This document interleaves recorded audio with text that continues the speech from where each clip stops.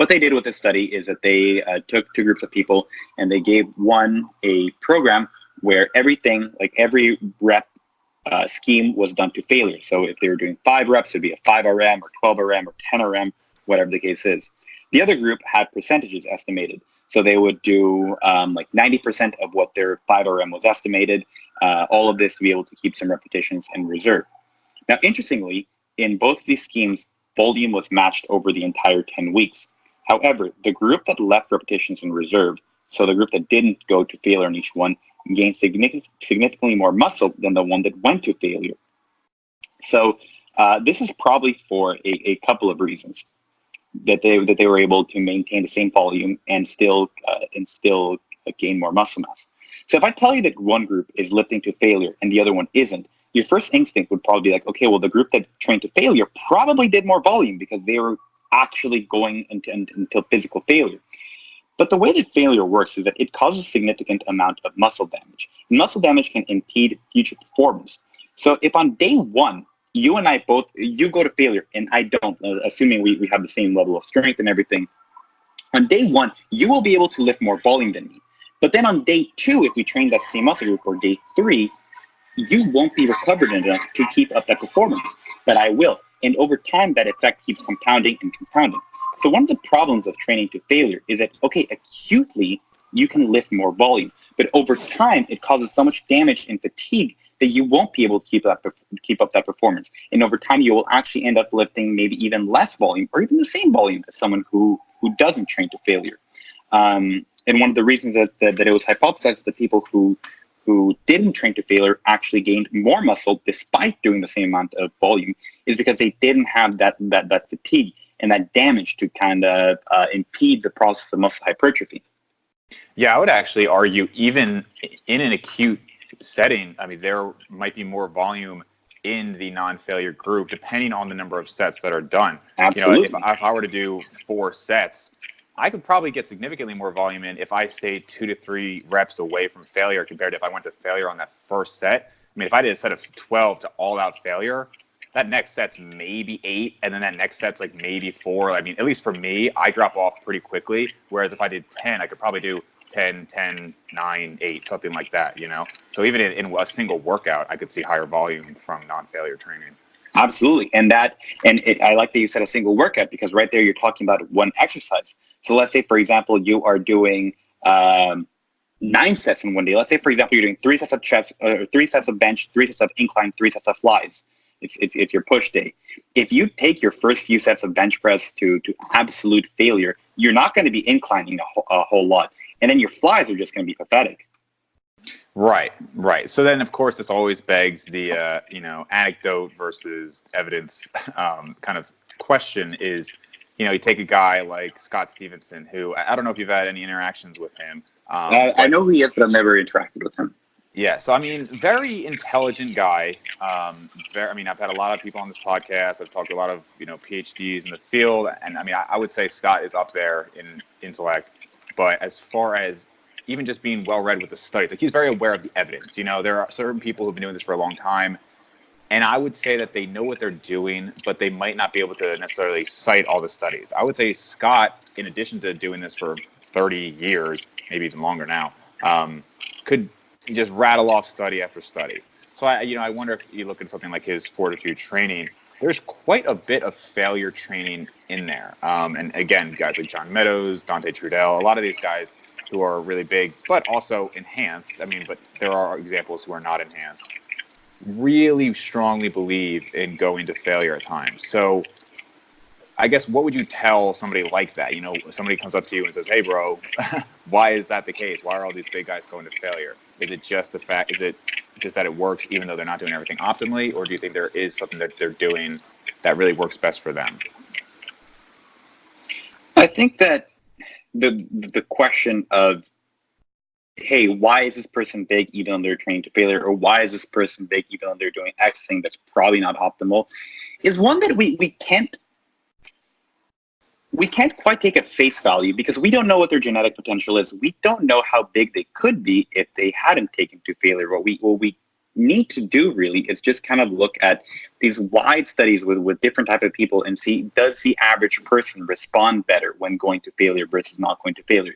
Because at the end of the day, yeah, Scott Stevens is cool, but I don't care about Scott Stevens in particular. I don't care about Trudell. Like, I care about what will the average person respond to. When I get a client, what will they most likely respond to, and how do I train the majority of the population better?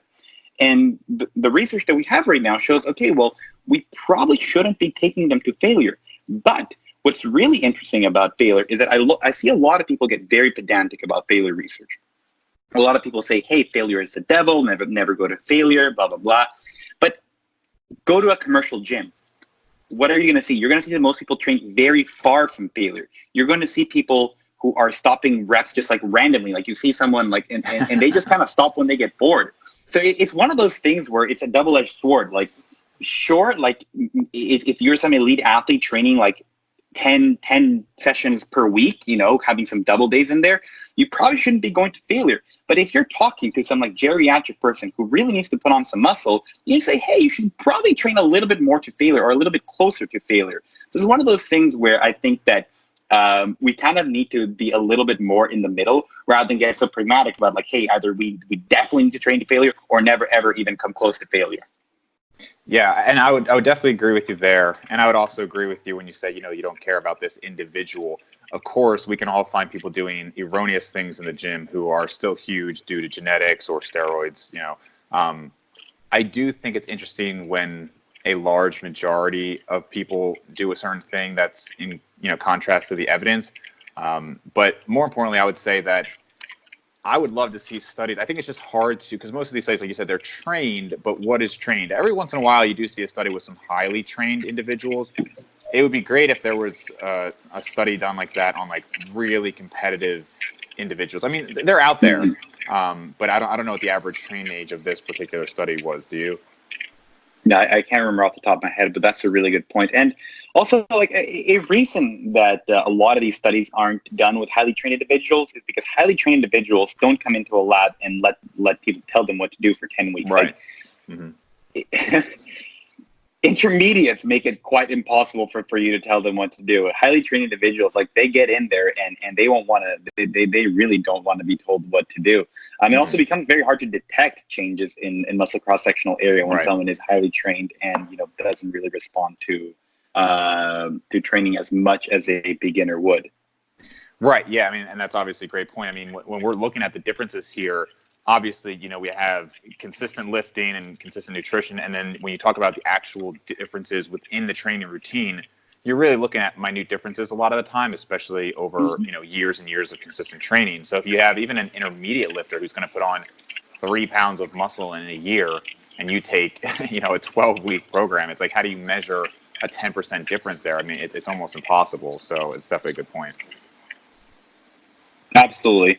So I think that, you know, most of the times we need to consider what the average is, not just what one individual is doing, but also, you know, if you're a coach out there, you also have to be listening to your clients, because you will have some clients that like training a little bit closer to failure.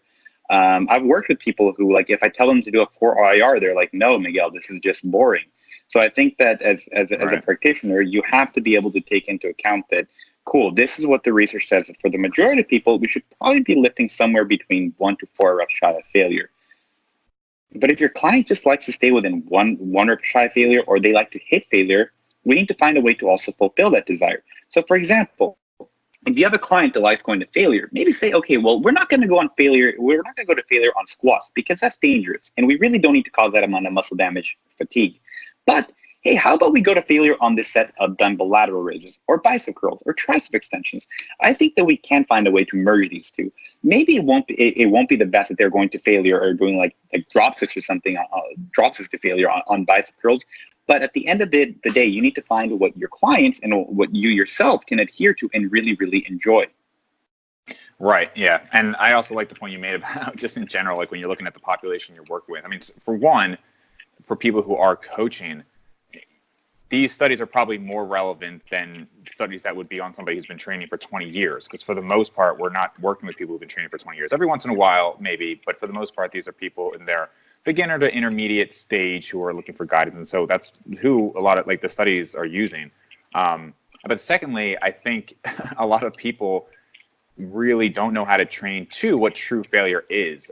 And so the downside with all of this coming out about don't train to failure is people might really just not push themselves.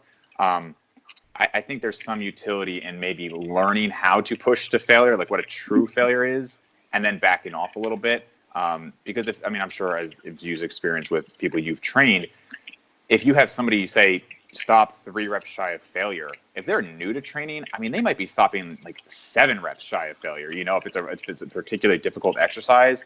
So sometimes I will have people push to failure, like really, and if I can do it in person, it's even better, of course, but just to see what that's like. And then from there, back off, just because most people don't really know what it's like to push that hard.